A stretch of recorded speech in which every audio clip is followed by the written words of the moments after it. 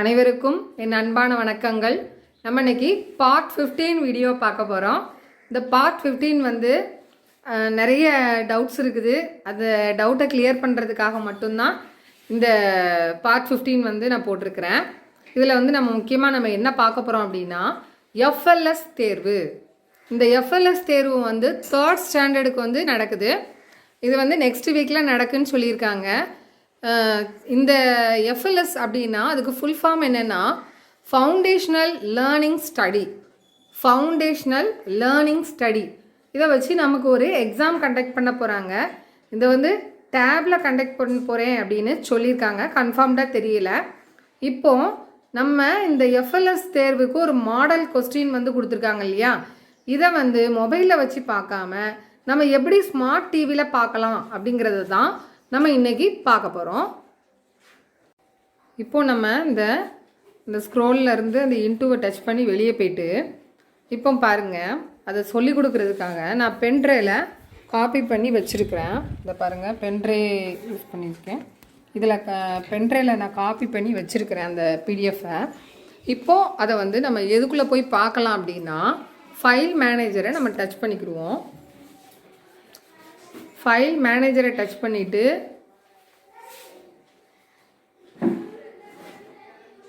இப்போ இங்கே பாருங்கள், எஃப்எல்எஸ் 2025-26 சாம்பிள் கொஸ்டின்ஸ் அப்படின்னு சொல்லி நான் சேவ் பண்ணி வச்சுருக்கிறேன். இப்போ அதை ஓப்பன் பண்ணிக்கலாம்.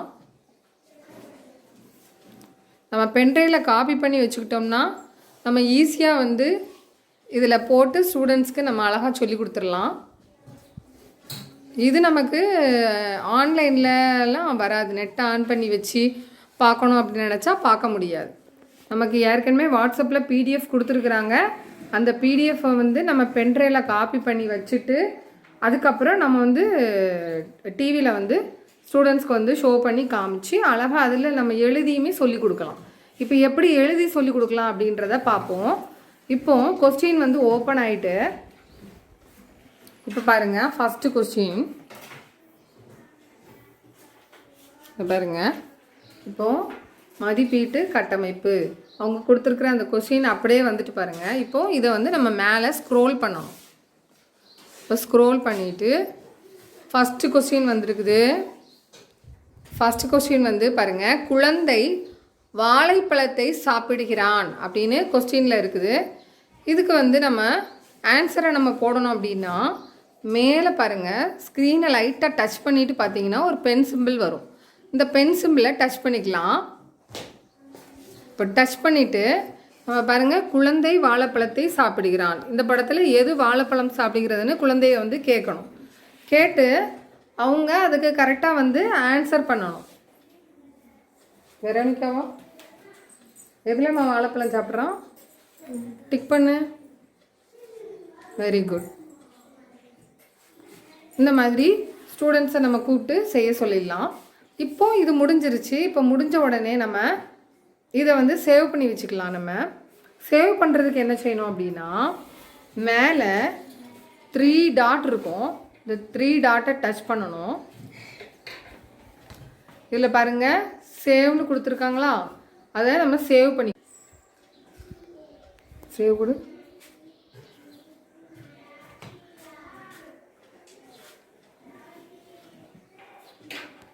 My documents save.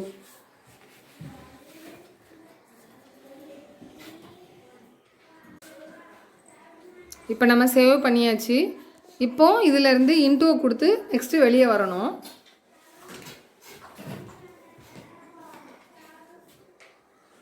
சேவ்.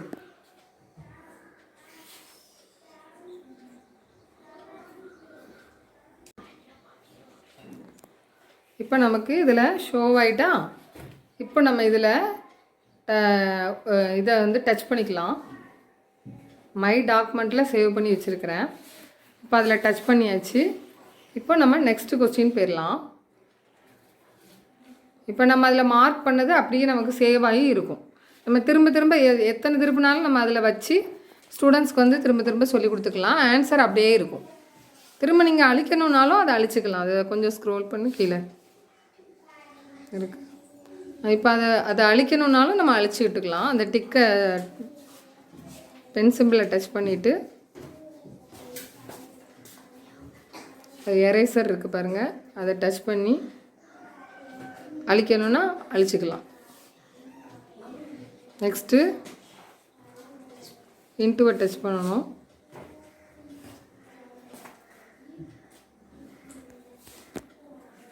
திரும்ப இதை டச் பண்ணிவிட்டு மேலே போய்க்கலாம். இப்போ டிக் பண்ணணும்னா டிக் பண்ணியிருக்கோம், வேண்டான்னா அதை விட்டுடலாம். அது உங்களுக்கு தெரியணுன்றதுக்காக ஜஸ்ட் அதை சொல்லி கொடுத்தேன். இப்போ நம்ம நெக்ஸ்ட் இதுக்கு போகிறதுக்கு திரும்பவும் அந்த பென் சிம்பிளை டச் பண்ணிவிட்டு நெக்ஸ்ட்டு பிக்சருக்கு நம்ம வந்துடுவோம்.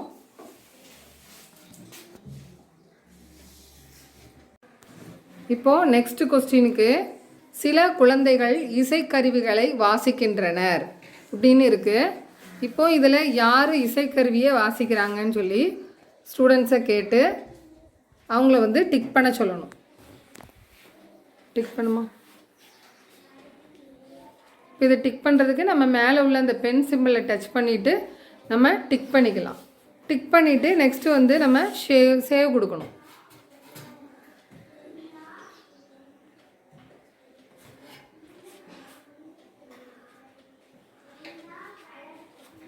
நெக்ஸ்ட் கொஸ்டின், நாம் கிணற்றிலிருந்து தண்ணீர் எடுக்கிறோம். மோகன் ஒரு உருளையை பயன்படுத்தி கிணற்றிலிருந்து தண்ணீர் எடுக்கிறான்.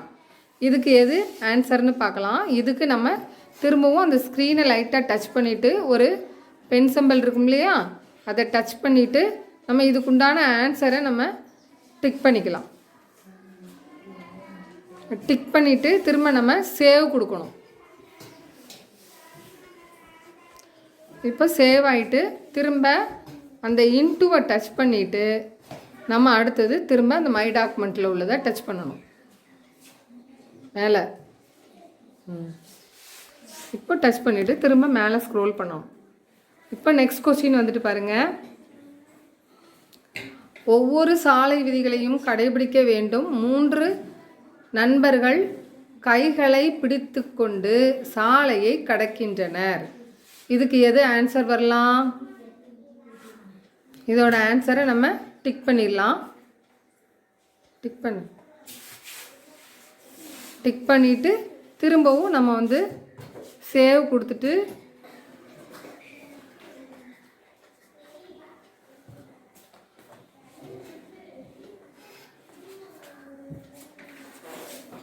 டாக்குமெண்ட் போயிடலாம். இப்போ மேலே திருப்பினா அடுத்த கொஸ்டின் வந்துடும். இப்போ இந்த கொஸ்டினுக்கு ஆன்சர் நீ டிக் பண்ணுமா? பென்னை டச் பண்ணிவிட்டு ஆன்சரை வந்து நம்ம டிக் பண்ணிக்கலாம். இதே மாதிரி நம்ம ஒவ்வொன்றையும் சேவ் பண்ணி வச்சிட்டோம்னா இது சொல்லி கொடுத்து முடித்ததுக்கப்புறம் ஆட்டோமேட்டிக்காக இது வந்து டிக்லே இருக்கும். நம்ம அழகாக ஸ்க்ரோல் பண்ணி கடன்னு நம்ம சொல்லி கொடுத்துடலாம். முதல்ல டிக் பண்ணுறதுக்கு மட்டும்தான் கொஞ்சம் கஷ்டமாக இருக்கும்.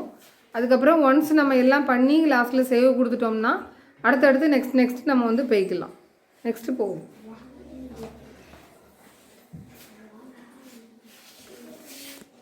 பாருங்கள் நெக்ஸ்ட் கொஸ்டின் வந்துட்டு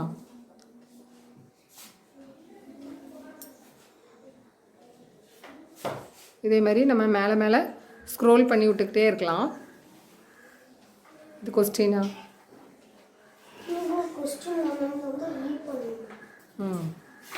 இது வந்து ஸ்டூடெண்ட்ஸ் ரீட் பண்ணுறது. எல்லாத்தையும் நம்ம வந்து ஸ்மார்ட் போர்ட்லேயே போட்டு நம்ம அழகாக சொல்லி கொடுக்கலாம். கீழே கொஞ்சம் ஸ்க்ரோல் பண்ணி. இது என்ன கொஸ்டின்னு?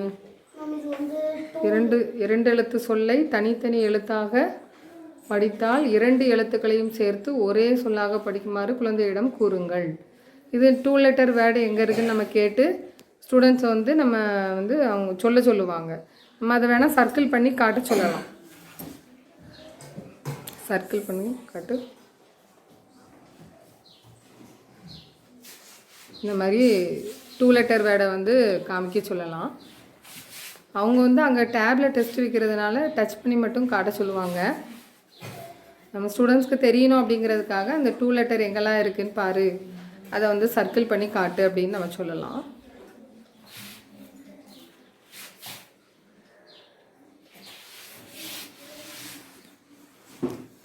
பசி இருக்குது. சரி, அடுத்தது நெக்ஸ்ட்டு ஸ்க்ரோல் பண்ணுமா. சேவ் கொடுத்துட்டு கொஞ்சம் ஸ்பீடாக போகிறேன். உங்களுக்கு எதாவது புரியலைன்னா கமெண்ட் பண்ணுங்கள். இது எப்படி ஸ்மார்ட் டிவியில் எப்படி போட்டு காட்டி பிள்ளைகளுக்கு சொல்லிக் கொடுக்க முடியும்னு நிறைய பேர் டவுட் கேட்குறீங்க. அதுக்காக தான் இன்றைக்கி அவசரமாக இந்த வீடியோ எடுக்கிறேன். இது என்னது? இதுவும் அதே மாதிரி தான். நெக்ஸ்ட்டு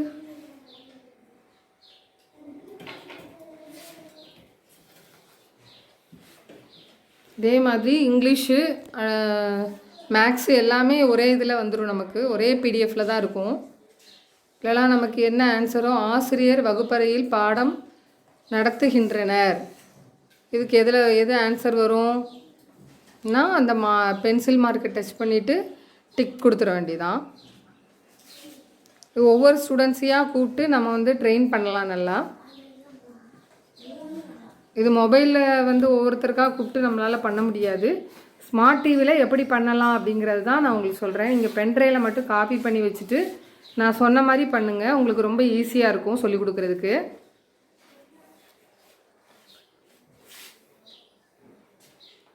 இது மாதிரி நிறைய இருக்குது கொஸ்டின்ஸு. நம்ம ஸ்க்ரோல் பண்ணி அப்பப்போ அதில் ஃபுல்லதுக்கெல்லாம் ஆன்சர் நம்ம பண்ணி சொல்லிக் கொடுக்கலாம். இங்கிலீஷ்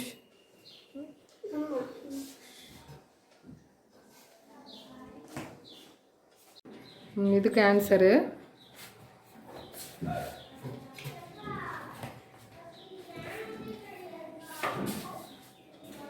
இதுக்கு நம்ம சேவ் கொடுத்துடலாம்.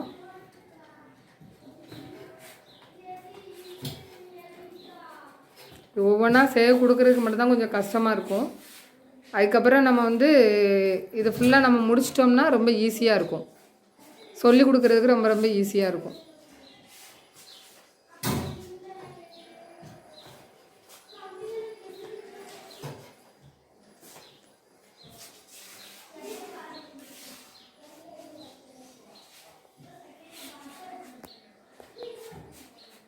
பூங்காவில் நிறைய மரங்கள் உள்ளன.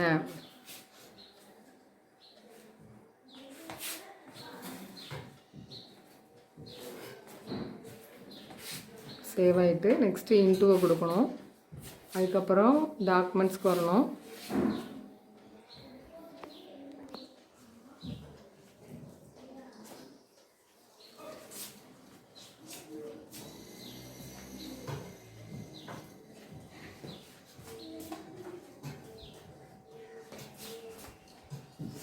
கொஸ்டின்ஸ் தெரிகிற மாதிரி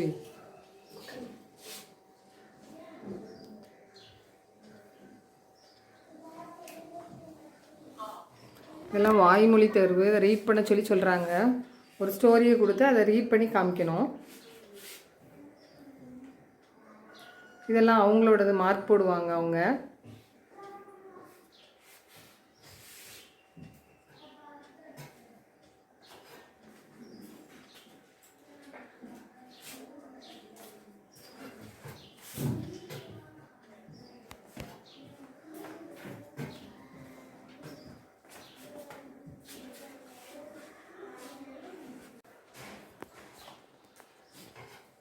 இது அந்த பாக்ஸில் ஃபுல்லாக நம்ம டிக் பண்ணிடலாம். எது கரெக்டோ, கரெக்ட்னா கரெக்டு, அதுக்கு கரெக்டாக டிக் பண்ணிடலாம். ஒவ்வொன்றா ரீட் பண்ணி பண்ணுறதுக்கு டைம் ஆகிடும்.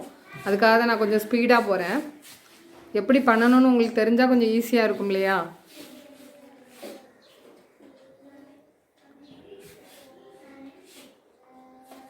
இதுவும் ஒரு பேரா ரீட் பண்ண சொல்லியிருக்காங்க.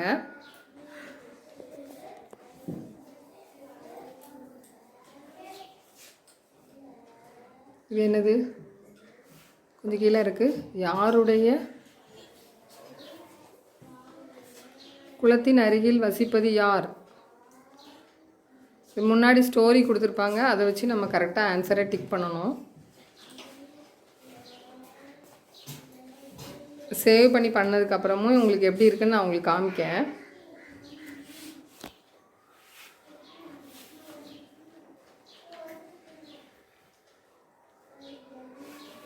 இப்போ இது ஒரு பிக்சர் கொடுத்து கீழே வந்து கொஸ்டின் கேட்டிருக்காங்க, அதுக்கு ஆன்சர் பண்ணணும். வாக்கியம் எழுது. கீழே உள்ள அந்த பிக்சரை காமி. அந்த பிக்சரை கொடுத்துருக்காங்க. இந்த பிக்சரை அவங்க அப்சர்வ் பண்ணி அவங்க ஒரு சென்டென்ஸ் வந்து எழுதணுமா, அதை பற்றி எழுதணுமா.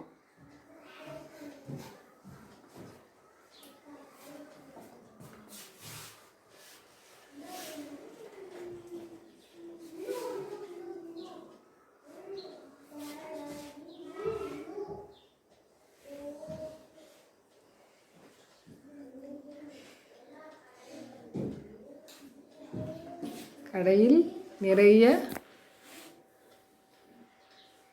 பழங்கள்.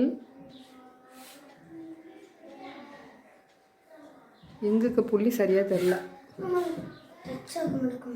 நீ வெளியே வச்சிருக்கல, அதான் கீழே கொஞ்சம் இறக்கி எழுதணும். சரி, ஓகே.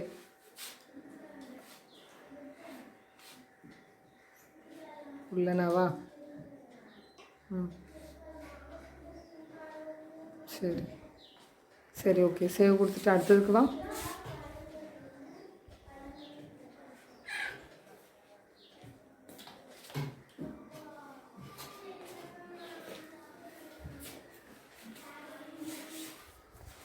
இப்போ மேலே ஸ்க்ரோல் பண்ணிடலாம். இது மாதிரி நிறைய கொஸ்டின்ஸ் இருக்குது. நம்ம அழகாக அதிலே ஆன்சர் பண்ணி ஸ்டூடெண்ட்ஸ்க்கு வந்து சொல்லி கொடுத்துடலாம்.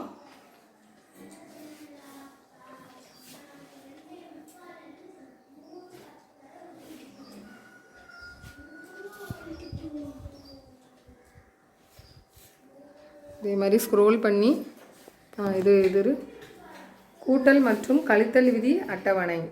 இது வந்து நம்ம வந்து சப்ட்ராக்ஷன் சம்மு, ஆட் சம்மும் கொடுத்துருக்காங்க. இதில் நம்ம ஆன்சரை வந்து சப்ட்ராக்ட் பண்ணியும் ஆட் பண்ணியும் ஆன்சரை போட்டுக்கலாம். ஒவ்வொருத்தரையாக கூப்பிட்டு செய்ய சொல்லிக்கலாம். அதில்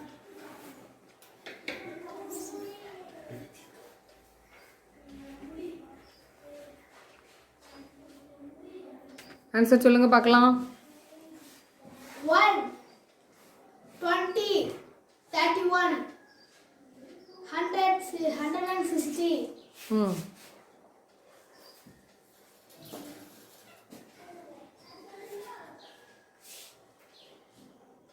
641. Very good. சரி, ஓகே. இதே மாதிரி நம்ம வந்து ஒவ்வொன்றையாக செஞ்சு பார்த்து ஆன்சர் போட சொல்லலாம். இப்போ சேவ் கொடுத்துட்டு நெக்ஸ்ட்டு நம்ம மேலே ஸ்க்ரோல் பண்ணிக்குவோம்.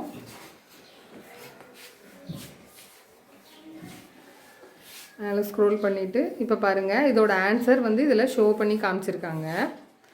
இப்போ மேலே ஸ்க்ரோல் பண்ணிக்கலாம். இப்போ இதே மாதிரி தான் ஃபுல்லாக நம்ம வந்து ஒவ்வொன்றும் ஸ்டூடெண்ட்ஸ்க்கு வந்து ஸ்டெப் பை ஸ்டெப்பாக நம்ம சொல்லி கொடுத்துட்டு ஆன்சரோடு நம்ம எழுதி போட்டு சொல்லிக் கொடுக்கலாம். ஸ்டூடெண்ட்ஸையும் நம்ம கூப்பிட்டு செய்ய சொல்லலாம். இது மொத்தம் 48 பேஜுக்கிட்ட இருக்குது. இது அவ்வளவும் நம்ம ஜெராக்ஸ் எடுத்து எல்லா ஸ்டூடெண்ட்ஸ்க்கும் கொடுத்து செய்ய வைக்கணும் அப்படிங்கிறது நடக்காத ஒரு காரியம். அதனால் நம்ம வந்து ஸ்மார்ட் போர்டில் வந்து அழகாக நம்ம பென்ட்ரைவில் காப்பி பண்ணி கொண்டு வந்துட்டு இதை போட்டு அழகாக ஸ்டூடெண்ட்ஸ்க்கு நம்ம வந்து ஒவ்வொன்றா நம்ம எழுதியும் காமிச்சு நம்ம சொல்லிக் கொடுக்கலாம். ஸ்டூடெண்ட்ஸையும் வந்து போர்டில் எழுதி செய்ய சொன்னோம்னா அவங்க சீக்கிரமாக அண்டர்ஸ்டாண்ட் பண்ணிக்கிடுவாங்க. எக்ஸாமுக்கு இன்னும் கரெக்டாக 1 வீக் தான் நமக்கு இருக்குது. அதனால் நீங்கள் இந்த மாதிரி ஸ்டூடெண்ட்ஸ்க்கு சொல்லிக் கொடுத்தீங்கன்னா அவங்க ஈஸியாக படிச்சிருவாங்க. என்னது மாதிரி நெக்ஸ்ட்டு மதிப்பீடு கட்டமைப்பா. சாக்லேட்டை விரும்பும் குழந்தைகளின் எண்ணிக்கை. மேலே கீழே பிக்சர் கொஞ்சம் கீழே இருக்குது. சாக்லேட் எத்தனை? 4. அப்போ ஆன்சரை வந்து நம்ம கீழே 4ன்னு எழுதிக்கலாம். இந்த மாதிரி நம்ம ஒவ்வொன்றா தனித்தனியாக கூப்பிட்டு சொல்லி கொடுக்கணும். இது வந்து எனக்கு டைம் இல்லை, நான் ஃபுல்லாக உட்காந்து சொல்லி கொடுக்குறதுக்கு. அதனால் நீங்கள் வந்து எப்படி பண்ணணும் அப்படிங்கிறது நிறைய பேருக்கு டவுட்டாக இருக்குது. இந்த மாதிரி மெத்தடை வந்து நீங்கள் யூஸ் பண்ணிங்கன்னா ரொம்ப ஈஸியாக இருக்கும். ஸ்டூடெண்ட்ஸ்க்கும் நம்ம ஈஸியாக சொல்லி கொடுத்துடலாம். இந்த வீடியோ உங்களுக்கு பிடிச்சிருந்துச்சுன்னா லைக் பண்ணுங்கள், ஷேர் பண்ணுங்கள், கமெண்ட் பண்ணுங்கள், சப்ஸ்கிரைப் பண்ண மறந்துடாதீங்க. தேங்க்யூ.